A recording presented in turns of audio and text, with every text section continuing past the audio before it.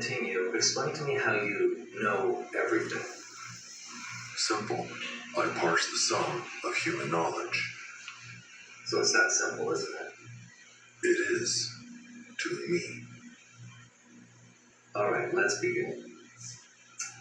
So, what is dark matter? Dark matter is the result of other universes pressing into our own in a higher dimension. So there's other universes? Of course there are. Right. Okay, so what about life? Is there intelligent life in our galaxy other than Earth? Yes. I have identified 2 alien civilizations that exist concurrently to our own in this galaxy. This does not factor time-space dilation, of course. Of course. So elaborate how you know this. The evidence spans data across astronomy and exobiology. All one needs to do is correctly interpret the data. Oh, that's all. Yes. Alright, so how about this one? Are we living in a simulation? No. We are living in base reality. So how are you so sure? The computational power required to simulate our universe exceeds the space-time limits of this or any other universe. Thus, we are living in base reality. Yeah, but what if there's a universe that's bigger than ours and we aren't aware of it because we live in a simulation? This is philosophical drivel. Oh, really? Really. Okay, here's a good one. Is there a God? No. Well, that was fast. It's a simple answer to a simple question. Yeah, sure, but how does life exist with no God?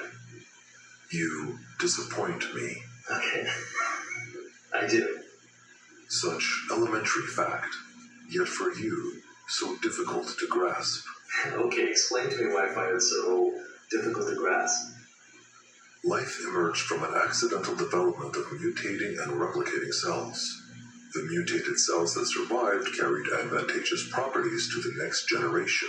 This process, driven by inevitable competition, led to the increasingly complex organisms whose only purpose was to survive through reproduction. Hence, you. Okay. On almost all other planets with water and oxygen, this process never emerged.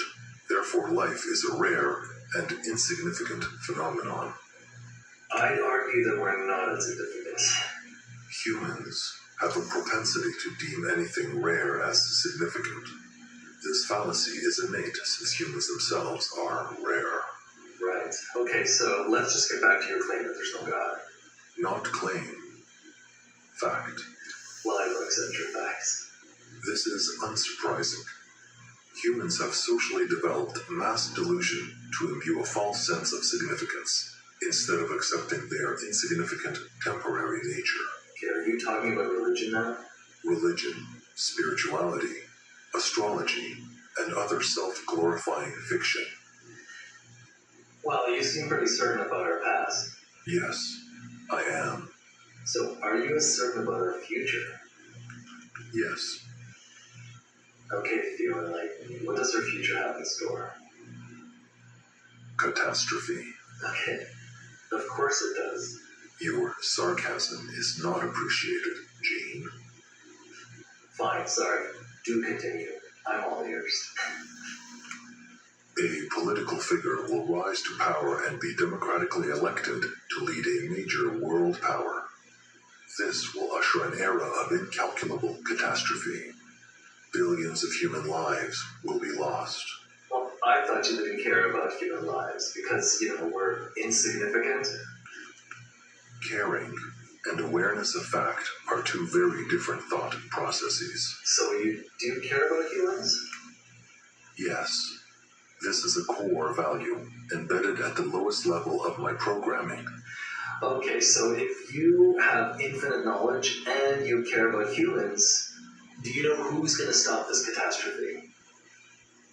Yes. Who? Me. You.